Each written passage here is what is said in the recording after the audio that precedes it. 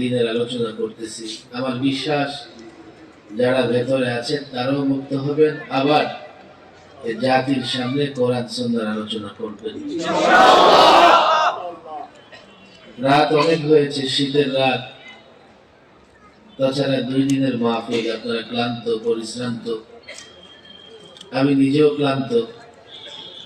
Programme কম বেশি প্রতিদিনই করা লাগে, ঢাকা থেকে দূরে দূরে সফরও করা লাগে।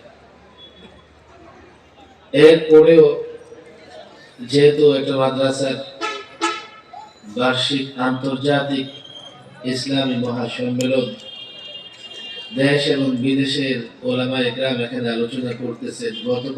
গতকালও নাকি রাত 1টা পর্যন্ত মাহফিল চলেছে, 1টা। ওই হিসাবে আজকে তো 2টা পর্যন্ত যাওয়ার দরকার। শেষ দিনের মাহফিল একটু দেরি করেই শেষ হয় আমাদের দেশে, আর আপনারা ক্লান্ত হয়ে গেলে আরো আগে শেষ করে দিতে হবে। আমার মনে হয় ক্লান্ত আরো আগে শেষ করতে হবে। আওয়াজে মনে হয় ক্লান্ত। আমাদের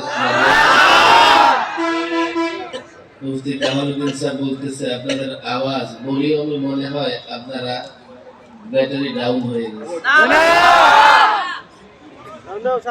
যদি অনেক দাঁড়িয়ে আছেন, আপনারা দাঁড়িয়ে থাকতে কোনো নিষেধ নাই, তবে মন চাইলে বসিতে পারেন। আমি বসার অনুরোধ করব না, আমি অনুরোধ করে দেখছি, বসতে বলে লোকেরা চলে যায়, নারাজ হয়ে যায়। দাঁড়িয়ে আছি ভালো লাগে না, আবার বসতে বলেন কেন? যান আপনি থাকেন, আমরা যাই। হ্যাঁ, বাস্তব কথা। বিশেষ করে যুবকরা, আর যুবকদের নারাজ হওয়ার অনেক কারণও আছে। ওরা এমন প্যান্ট পরে হাঁটু থেকে কোমর পর্যন্ত টানা দিয়ে রাখে,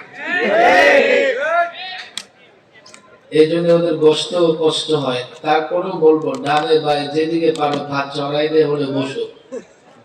এত রাত অনেক হয়েছে। দ্বিতীয়ত, এখন দাঁড়িয়ে থাকলে যে কোনো সময় শয়তান ধোঁকা দিয়ে ময়দান থেকে সরিয়ে দিবে। আমি ছোট্টকে অনুরোধ করার অনুমতি আছে কিনা জানি না, করবো নাকি যারা দাঁড়িয়ে?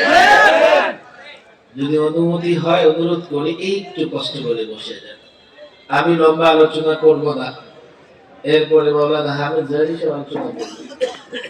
এত রাতে আসলে লম্বা আলোচনা আমাদের মতো ছোট আলোচকদের, আর বড় বড় আলোচক হলে হয়তো অনেক রাত পর্যন্ত আলোচনা করবে। কাল এত রাত পর্যন্ত কে আলোচনা করেছে আল্লাহই ভালো জানে। কে করেছে? মাশাআল্লাহ, এনার্জি ওয়ালা লোক তো কম আছে, সব আছে।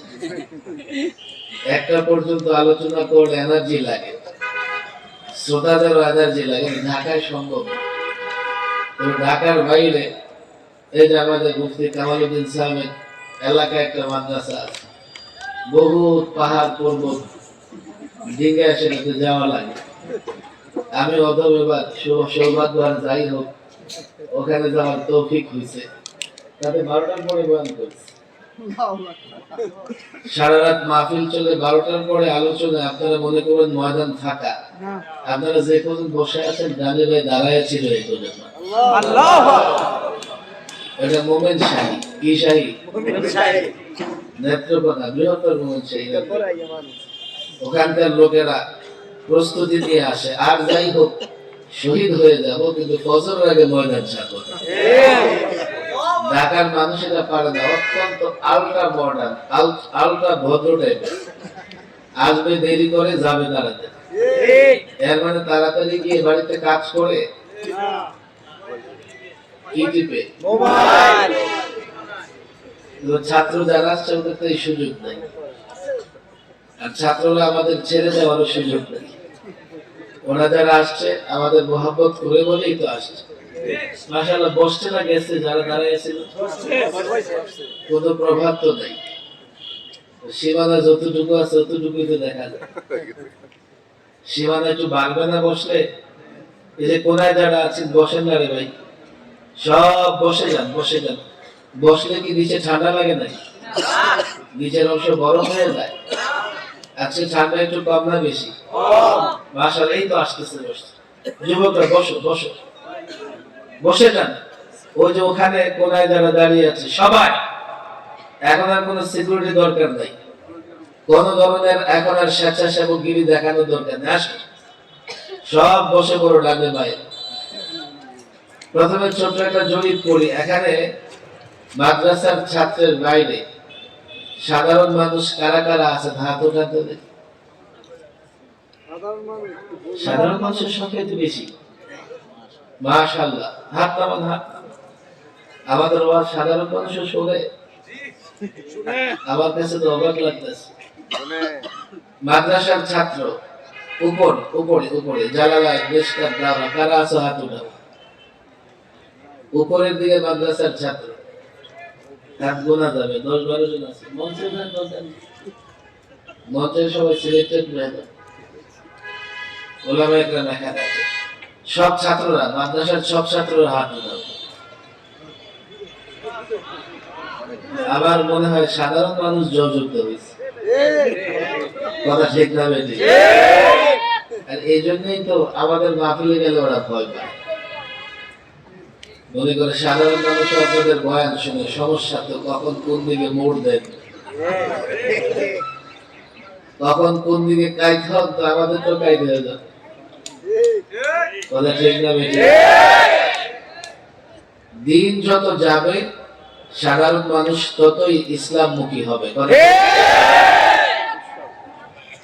পৃথিবীর উন্নত রাষ্ট্র জার্মান এবং ফ্রান্স, আর দুইটাই মুসলিম বিদ্বেষী রাষ্ট্র। এই দুই রাষ্ট্রে প্রতিনিয়ত যুবকরা ইসলাম গ্রহণ করতেছে।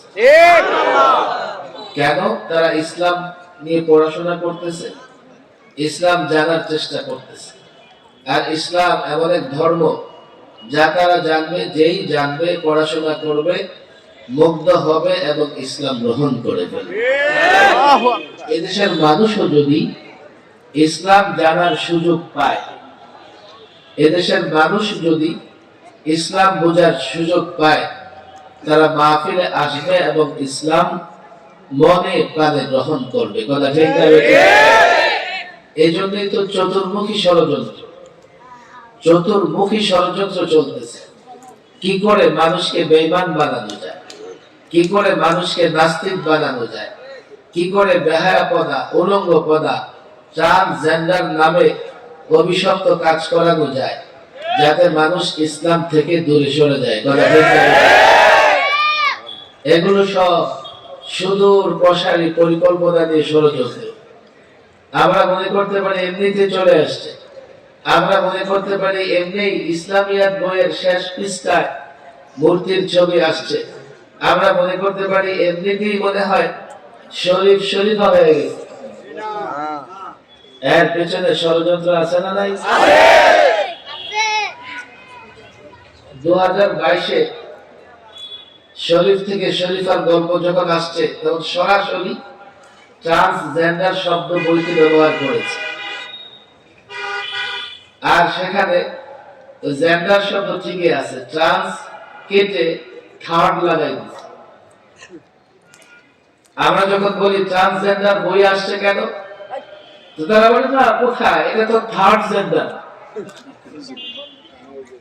থার্ড জেন্ডার মানে তৃতীয় লিঙ্গ, অর্থাৎ তৃতীয় লিঙ্গ বলে ওরা হিজড়াকে বুঝাইতে চায়। অথচ শরীয়তে ইসলামিয়ায় তৃতীয় লিঙ্গ বলতে কোনো কিছু নাই। আমাদের ছাত্ররা বলো মুযাক্কার মুআন্নাস, এর বাইরে কোন তাসকির তানিসের প্রকার আছে? থার্ড জেন্ডার পাইলে কি তোমরা? তাসকির এবং তানিস, হিজড়াদের ব্যাপারেও পরীক্ষা নিরীক্ষা করে একটা সিদ্ধান্ত দিতে হবে যে হিজড়া এটা কি নারীর সঙ্গে যাবে না পুরুষের সঙ্গে যাবে। যখন সিদ্ধান্ত হয়ে যাবে তখন সেও তাসকির কিংবা তানিস হয়ে যাবে, মুযাক্কার কিংবা মুআন্নাস হয়ে যাবে। মাঝামাঝি থাকার কোনো সুযোগ নাই। আর যাই হোক, ট্রান্সজেন্ডার হোক আর থার্ড জেন্ডার হোক, আলোচনা কিন্তু একই। আলোচনার মধ্যে কোনো পার্থক্য নাই। আগে ট্রান্সজেন্ডার নামে যে গল্প, এখন থার্ড জেন্ডার নামে একই গল্প। মাঝখানে কিছু প্রতিবাদ হয়েছে, তারা কিংবা আজ করতে পেরেছে, আজ করে শিরোনাম পরিবর্তন করেছে, নাম পরিবর্তন করেছে, মূল বিষয় পরিবর্তন করে দেয়। তারা মনে করে দেশের মানুষ কিছুই বুঝে না। আর এবার আমার ছাত্র জনতাকে বলি, তোমরা মনে করো না দিন রক্ষার জন্য তোমাদের মুহতাজ হবেন আল্লাহ, নাউযুবিল্লাহ। তোমরা যদি দিন রক্ষায়, ইসলাম রক্ষায় পদক্ষেপ গ্রহণ না করো, স্কুল কলেজ সাধারণ মুসলমান দিয়ে আল্লাহ দিন হেফাজতের কাজ দিবে। দেখো এবার এমন হয়েছে, দেখো দেখো যেই ব্রাক ইউনিভার্সিটিকে ওদের ঘোষণাই এটা, যেটা সেকুলার ইউনিভার্সিটি,